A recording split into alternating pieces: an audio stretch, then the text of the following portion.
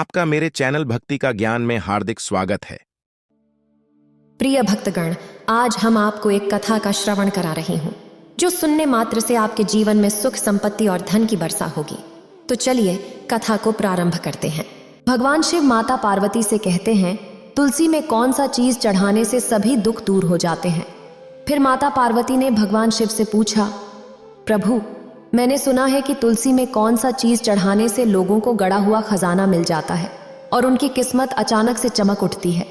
मैं जानना चाहती हूँ कि ऐसे कौन से पुण्य होते हैं जिनकी वजह से कुछ लोगों को गड़ा हुआ खजाना मिल जाता है और उनके सभी दुख दूर हो जाते हैं। फिर भगवान शिव कहते हैं, हे देवी, जिन लोगों को गड़ा हुआ खजाना मिलता है वह वास्तव में उनके पुण्यों का फल होता है। पुण्य कई प्रकार के होते हैं, लेकिन गड़ा हुआ खजाना केवल उन्हीं लोगों को मिलता है जो हर गुरुवार को तुलसी पर एक विशेष चीज चढ़ाते हैं। फिर माता पार्वती पूछती हैं, प्रभु, ऐसी कौन सी चीज है जो तुलसी पर चढ़ाने से लोगों को जीवन में एक बार गड़ा हुआ खजाना अवश्य मिल जाता है। फिर भगवान शिव कहते हैं, हे देवी, इस रहस्य को जानने के लिए तुम्हें एक छोटी सी कहानी पूरे मन से सुननी पड़ेगी। तब तुम्हें समझ में आएगा कि वह कौन सी चीज है जो हर गुरुवार को तुलसी पर चढ़ाई जाए तो चढ़ाने वाले को जीवन में एक बार गड़ा हुआ खजाना अवश्य मिल जाता है और सभी दुख दूर हो जाते हैं। फिर माता पार्वती कहती हैं, हे प्राणनाथ, आप कहानी शुरू कीजिए, मैं इसे पूरे मन से सुनूंगी। अगर आप यह कहानी सुन रहे हैं तो पूरा सुनिए। इस कथा को आधा अधूरा छोड़कर जाने की गलती मत करिएगा, क्योंकि इस पवित्र कथा को पूरा सुनने से मन चाहा फल की प्राप्ति होगी। इसलिए इस कथा को पूरा सुने। आप शिव भक्त हैं तो भोलेनाथ का अनादर ना करें। फिर भगवान शिव कहते हैं, तो चलिए कहानी शुरू करते हैं। बहुत पुरानी बात है। एक राजा था जिसकी 4 रानियां थीं। चारों रानियों को इस बात का दुख था कि उनकी कोई संतान नहीं थी।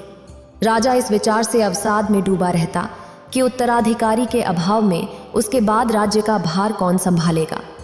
फिर एक दिन राजा की सभा में एक आदमी आया और उसने राजा को बताया कि जंगल में एक नदी के किनारे एक सन्यासी रहता है जो झाड़ फूंक और जादू टोना जानता है और उसके मंत्रों के प्रभाव से कई यात्रियों को संतान सुख प्राप्त हुआ है।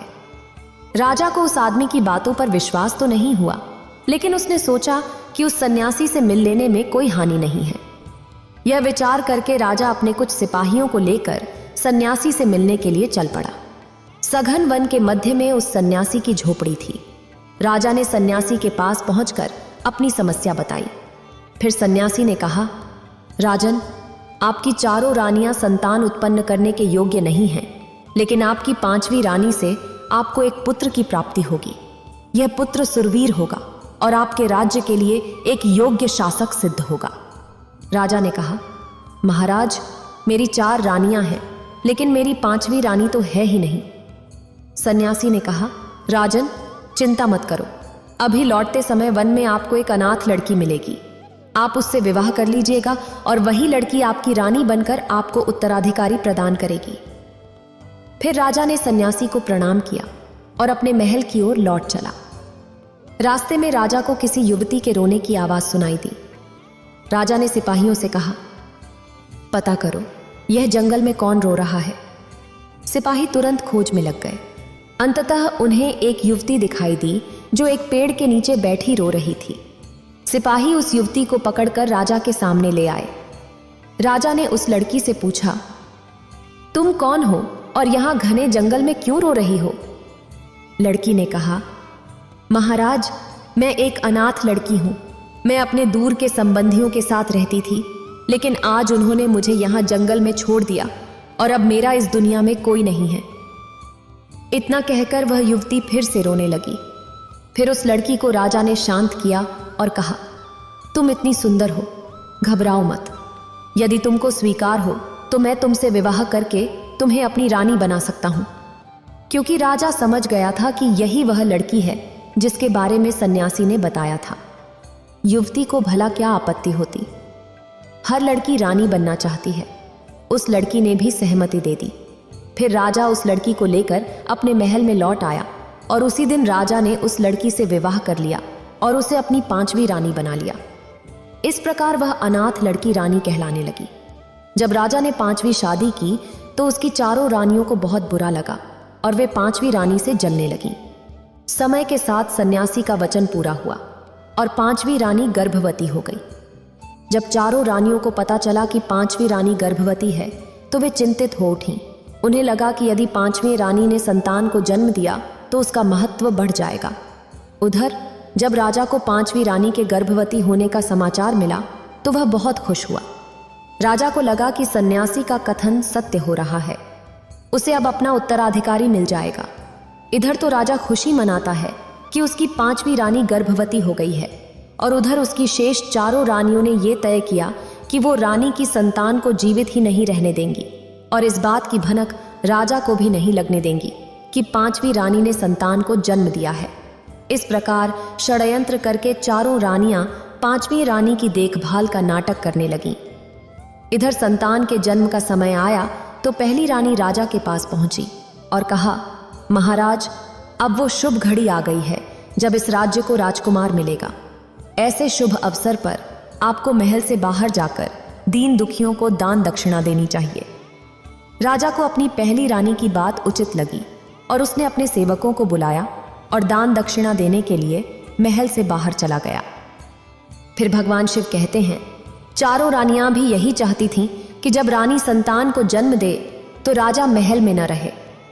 राजा के जाने के बाद दूसरी रानी 5वीं रानी के पास पहुंची और बोली, बहन, हम चाहते हैं कि तुम्हारी संतान को जन्म लेते समय कोई कष्ट न हो, इसलिए तुम ऐसा करो कि धान के छेद में अपना सिर डालकर बैठ जाओ, इससे तुम्हारी संतान स्वस्थ रहेगी। 5वीं रानी बहुत भोली भाली थी और कौन सी मां अपनी संतान का भला नहीं चाहेगी। इस प्रकार 5वीं रानी ने दूसरी रानी की बात मान ली और धान के कोठे के क्षेत्र में अपना सिर डालकर बैठ गई। जैसे ही 5वीं रानी बैठी, उसकी कोख में हलचल हुई और संतान का जन्म हो गया। तीसरी रानी पहले से ही तैयार खड़ी थी। उसने संतान को गोद में लिया जो एक सुंदर पुत्र था और उसे चौथी रानी को सौंप दिया। 5वीं रानी के पास पुत्र के स्थान पर गोल पत्थर रख दिया गया। चौथी रानी ने 5वीं रानी के पुत्र को अपनी दासी को दिया और कहा कि वह इस पुत्र को दूर जंगल में जमीन में गाड़।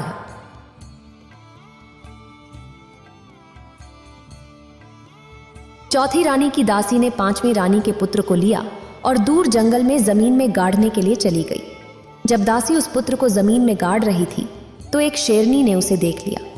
उधर जब दासी रानी के पुत्र को भूमि में गाड़ रही थी तो यह कृत्य एक शेरनी ने देख लिया था। फिर दासी के जाने के बाद शेरनी ने भूमि से रानी के पुत्र को निकाला और अपने साथ गुफा में ले गई और उसका पालन करने लगी। उसने अपने बच्चों से कहा, लो, मैं तुम लोगों के लिए तुम्हारा एक छोटा भाई लाई हूं।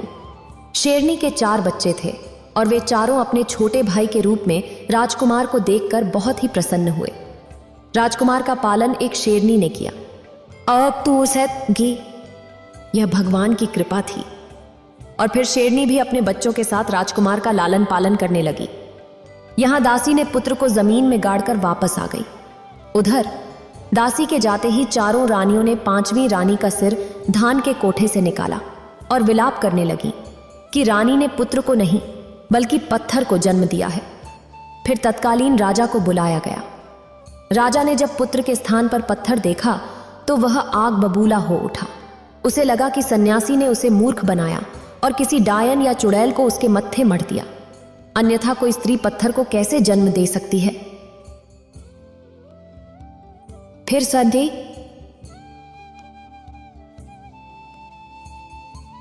राजा ने क्रोध में आकर रानी को महल से निकाल दिया और वापस वन में भेज दिया। रानी के पास पुत्र के पैदा होने का कोई साक्ष्य नहीं था, इसलिए वह क्या कर सकती थी। उसने राजा की आज्ञा को चुपचाप स्वीकार कर लिया और दुखी मन से वन में चली गई। इसके बाद चारों रानियों ने राजा को समझाया कि हमें यह बताना चाहिए कि उसने एक पत्थर को जन्म दिया है, अन्यथा प्रजा के मन पर इसका बुरा प्रभाव पड़ेगा। हमें यह घोषित कर देना चाहिए कि रानी बच्चे को जन्म देते समय मर गई और उसका बच्चा भी नहीं बचा। अपनी पहली रानी की बात सुनकर राजा कहने लगा, यदि हम यह ऐलान कर देंगे कि बच्चे का जन्म होते ही रानी मर गई तो हम रानी के बदले किसका अंतिम संस्कार करेंगे। फिर पहली रानी बोली। रानी ने कहा कि वह अपनी दासी के शव का अंतिम संस्कार करवा देगी, क्योंकि चारों रानियां षड्यंत्र में सहायता देने वाली उस दासी को भी जीवित नहीं छोड़ना चाहती थीं, ताकि वास्तविक बात कभी भी किसी को पता न चल सके। और फिर चारों रानियों ने ऐसा ही किया। रानी के शव के बदले दासी का शव रख दिया और धूमधाम से उसका अंतिम संस्कार करवा दिया। इधर तो शेरनी राजकुमार का पालन करती है और उधर जो पांचवी रानी जिसे राजा ने वन में छोड़ दिया था, वह दर दर की ठोकरें खाते हुए घूम रही थी। तभी उसकी मुलाकात एक संत से होती है और संत रानी से कहते हैं कि तुम हर गुरुवार को तुलसी में एक विशेष चीज चढ़ाना शुरू कर दो। इससे तुम्हें अपने जीवन में एक बार अवश्य धन मिलेगा और तुम्हारा पुत्र भी वापस आ जाएगा। लेकिन ध्यान रखना, जब तक तुम्हें गड़ा हुआ खजाना और तुम्हारा पुत्र वापस नहीं मिल जाते, तब तक यह राज किसी को मत बताना कि तुम तुलसी में क्या चढ़ाती हो। अगर तुमने पहले ही किसी को यह गुप्त राज बता दिया तो खजाना कभी नहीं मिलेगा।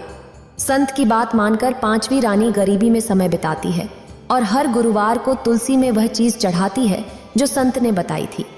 इधर तो पांचवी रानी तुलसी की पूजा में लग जाती है और उधर राजकुमार धीरे धीरे बड़ा होकर एक सुंदर युवक बन जाता है। वहीं शेरनी के बच्चे भी बलशाली शेर के रूप में विकसित हो रहे थे। एक दिन राजकुमार ने अपनी शेरनी माँ से कहा, माँ, मुझे एक धनुष बाण दिला दो जिससे मैं पूरे परिवार के लिए शिकार कर सकूं। शेरनी राजकुमार के लिए धनुष बाण बनवाने एक लोहार के पास गई। लोहार ने एक बहुत बड़ा और भारी धनुष बाण बना दिया और शेरनी ने उसे राजकुमार को दे दिया। उस दिन से राजकुमार अपने पूरे परिवार के लिए शिकार करने लगा। एक दिन राजा का एक सिपाही भटकता हुआ जंगल में आ पहुंचा। उसने राजकुमार को धनुष बाण से शिकार करते देखा। इतना बड़ा धनुष बाण उसने पहले कभी नहीं देखा था। उसने सोचा कि अगर वह यह धनुष बाण राजा को भेंट करेगा तो उसे बहुत सारा इनाम मिलेगा। इसी लालच में सिपाही ने राजकुमार का पीछा किया।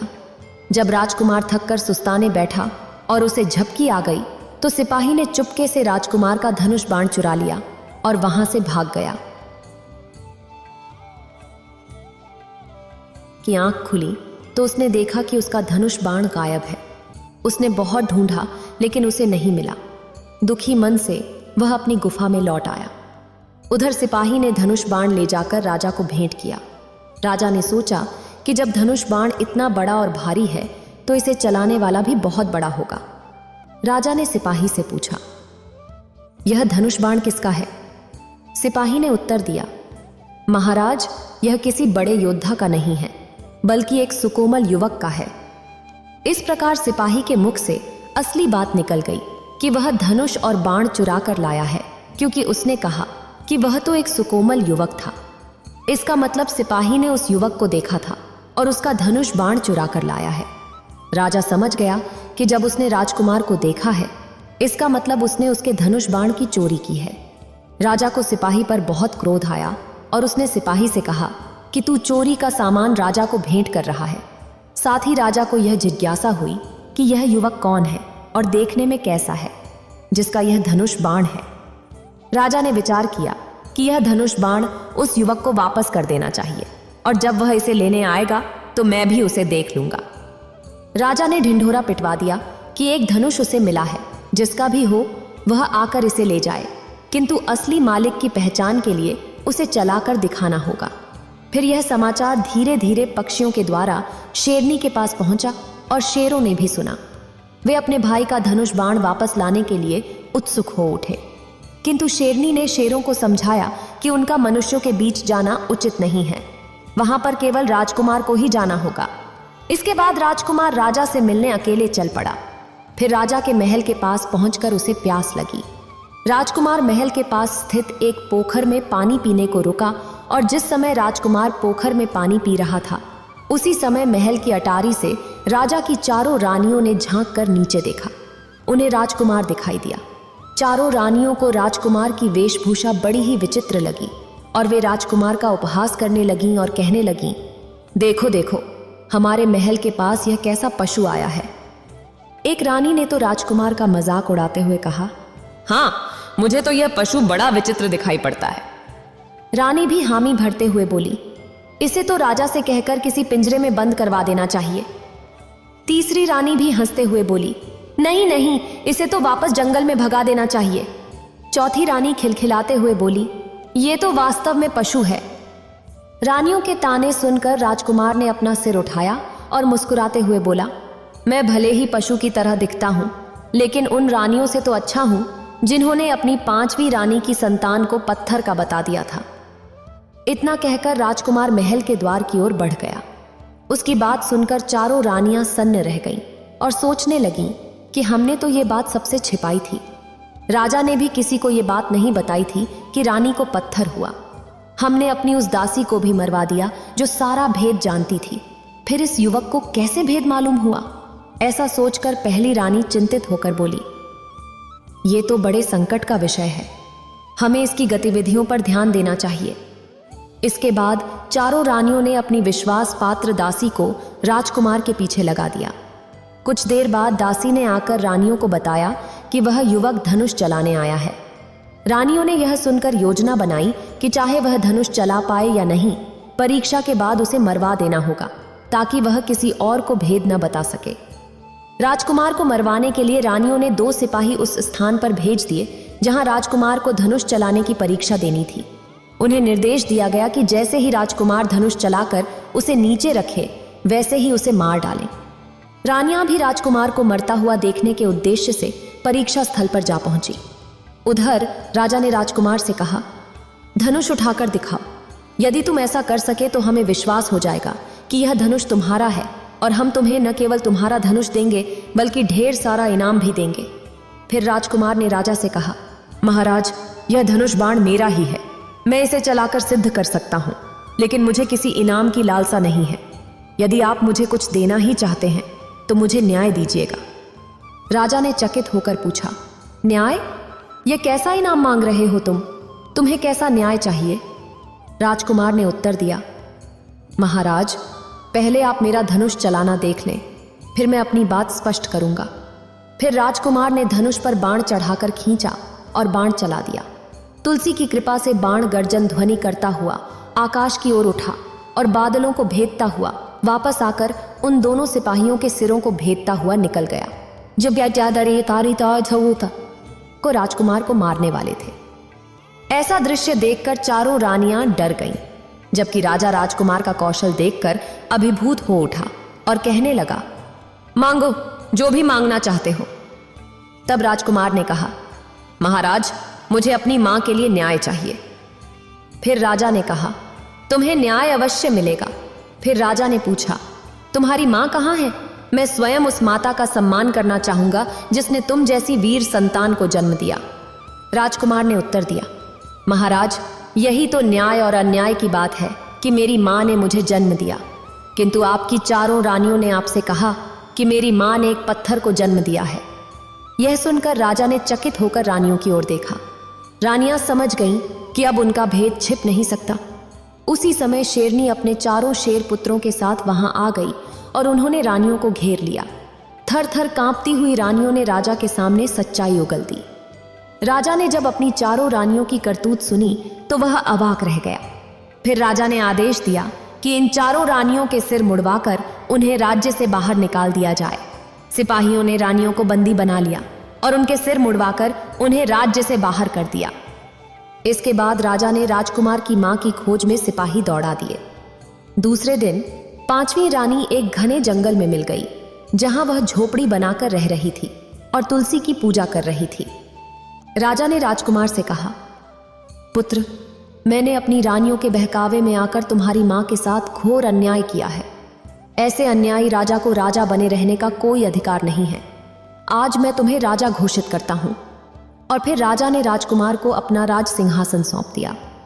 फिर भगवान शिव कहते हैं, इधर राजकुमार राजा बन गया और उधर 5वीं रानी ने अपने पति और पुत्र से कहा, आज मध्य रात्रि में तुलसी माता ने मुझे सपना दिया और मुझसे कहा कि तुमने मुझ पर हर गुरुवार को दूध चढ़ाया है और जो मुझे गुरुवार के दिन दूध अर्पित करता है, दूध में मिश्री मिलाता है, उसे अपने जीवन में एक बार गड़ा हुआ धन अवश्य मिलता है।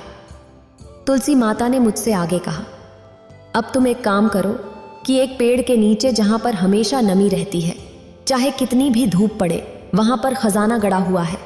उस खजाने को निकाल लो और उसे अपने पुत्र को देकर राज्य की भलाई करो।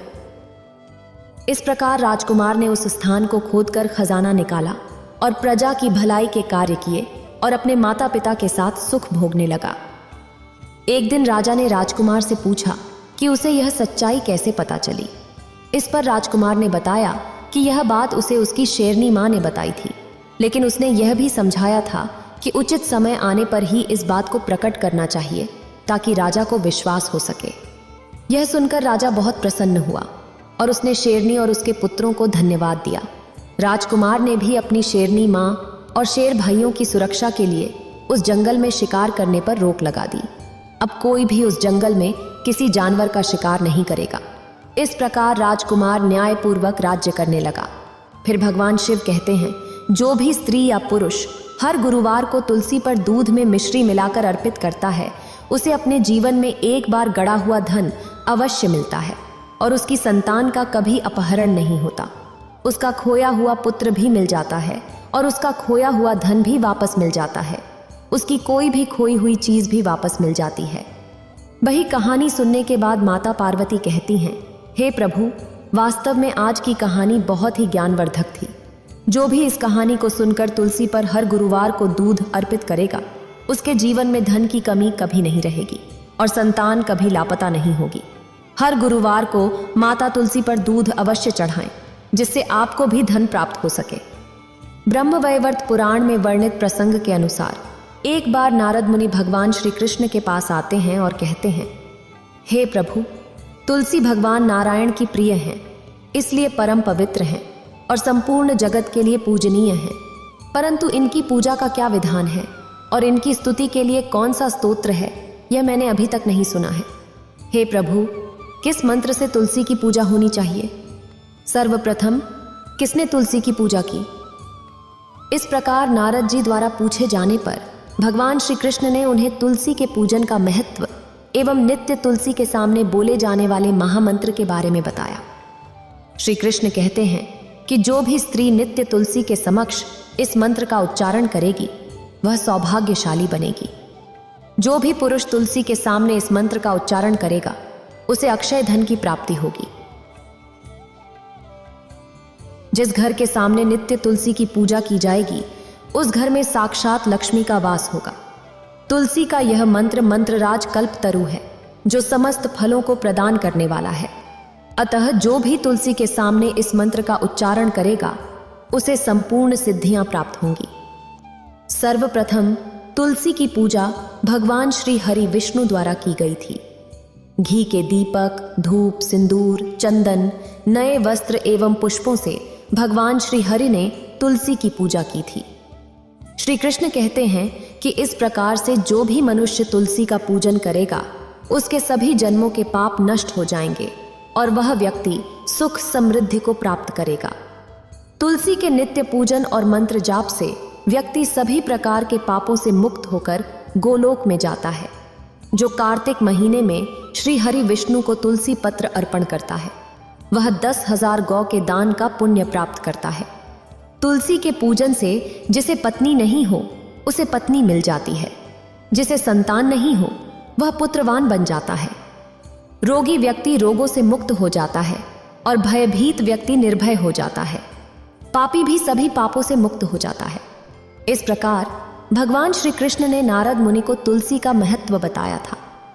आइए जानते हैं तुलसी से जुड़ी महत्वपूर्ण बातें और भगवान श्री कृष्ण द्वारा बताए गए उस महामंत्र के बारे में। शास्त्रों के अनुसार तुलसी को जन्म से मृत्यु तक उपयोगी माना गया है। घर में तुलसी का पौधा होने से चारों ओर का वातावरण शुद्ध हो जाता है और सकारात्मक ऊर्जा का संचार होने लगता है। तुलसी का पौधा न केवल घर की हवा को शुद्ध करता है, बल्कि कई प्रकार के वास्तु दोष भी समाप्त करता है। वास्तुशास्त्र के अनुसार तुलसी का पौधा सही दिशा में होना बहुत जरूरी है। अगर तुलसी का पौधा गलत दिशा में लगाया जाए तो यह कई दोष उत्पन्न कर सकता है और धीरे धीरे सूखने लगता है, जिससे घर में कई समस्याएं खड़ी हो जाती हैं। गलत दिशा में तुलसी का पौधा घर में नकारात्मकता फैलाता है, जिससे संकट का सामना करना पड़ता है। तुलसी का पौधा हमेशा पूर्व या उत्तर दिशा में लगाना चाहिए। तुलसी के पौधे को दक्षिण दिशा में न रखें, क्योंकि यह दिशा नकारात्मक ऊर्जा लाती है, जिससे पौधा जल्दी सूख जाता है और घर में दुख का माहौल बना रहता है। महिलाओं को ऐसी स्थिति में तुलसी को जल नहीं देना चाहिए। अक्सर महिलाएं स्नान के बाद खुले बालों से तुलसी को जल देती हैं, लेकिन शास्त्रों में इसे अनुचित माना गया है। तुलसी को भगवान से सदा सुहागिन रहने का वरदान मिला है। ऐसे में सौभाग्य में वृद्धि के लिए महिलाओं को अपने बाल बांधकर और मांग में सिंदूर भरकर ही तुलसी को जल अर्पण करना चाहिए। तुलसी को जल अर्पण करते समय इन महत्वपूर्ण बातों का ध्यान अवश्य रखें। पहली बात, तुलसी के आसपास जूठन, जूते, चप्पल, झाड़ू या कचरा भूलकर भी न रखें। इससे तुलसी का अपमान होता है। दूसरी बात, जिस गमले में तुलसी का पौधा लगा हो उसमें अन्य पौधे न लगाएं। तुलसी के पौधे को दूध मिला हुआ जल चढ़ाने से तुलसी सदा हरी भरी रहती है और घर में सुख समृद्धि बनी रहती है। कई बार लोग शाम के समय तुलसी के पास दीपक जलाते वक्त जल भी चढ़ाते हैं, लेकिन ऐसा करना अशुभ माना गया है। शाम के समय तुलसी को जल नहीं चढ़ाना चाहिए और उसे स्पर्श भी नहीं करना चाहिए। तुलसी के पास दीपक लगाते समय दीपक के नीचे थोड़े से चावल के दाने अवश्य रखें। इससे घर में सुख समृद्धि बनी रहती है। शास्त्र के अनुसार तुलसी के पास जल से भरा हुआ पात्र भी कभी नहीं रखना चाहिए। तुलसी के पौधे को ऐसी जगह पर भूलकर भी न लगाएं जहां पर गंदगी हो। कई लोग जाने अनजाने में तुलसी के पौधे को नाले के पास अथवा जिस स्थान पर कपड़े या बर्तन धोए जाते हैं वहां लगा देते हैं। ऐसे स्थानों पर रख देते हैं जिसके कारण गंदा पानी तुलसी के पौधे पर गिरता रहता है, जिससे तुलसी का पौधा सूख जाता है और यह माँ तुलसी का अपमान होता है। तुलसी के पौधे को गंदगी से हमेशा दूर रखें। जहां पर हमेशा पवित्र वातावरण बना रहे और स्वच्छता हो, ऐसे ही स्थान पर तुलसी का पौधा होना चाहिए। आइए जानते हैं उस महामंत्र के बारे में जो हमें तुलसी के पौधे के सामने बोलना चाहिए। भगवान श्री कृष्ण के अनुसार तुलसी का मंत्र इस प्रकार से बनता है। लक्ष्मी बीज से श्रीम, माया बीज से रीम, काम बीज से क्लीन और वाणी बीज से एम। इन बीजों का पूर्व में उच्चारण करके इस महामंत्र का जाप नित्य तुलसी के सामने करना चाहिए। श्रीमक्लिम एम वृंदावन ने स्वाहा। इस दशाक्षर मंत्र का जाप नित्य तुलसी के सामने करने से हर प्रकार के कार्य में सफलता मिलती है। स्त्रियों को नित्य तुलसी को जल चढ़ाते समय इस मंत्र का जाप करना चाहिए। इसका जाप करने मात्र से उनके घर से सारी नकारात्मक ऊर्जा का नाश होता है और घर में सुख समृद्धि बनी रहती है। तो दोस्तों, इस प्रकार से तुलसी मैया की पूजा करने से हमें मां लक्ष्मी का आशीर्वाद प्राप्त होता है। इतना कहकर भगवान शिव इस कहानी को समाप्त करते हैं। अगर आपको ये वीडियो अच्छी लगी हो तो लाइक करें और शेयर करें और मेरे चैनल भक्ति का ज्ञान को सब्सक्राइब करें। आपका धन्यवाद।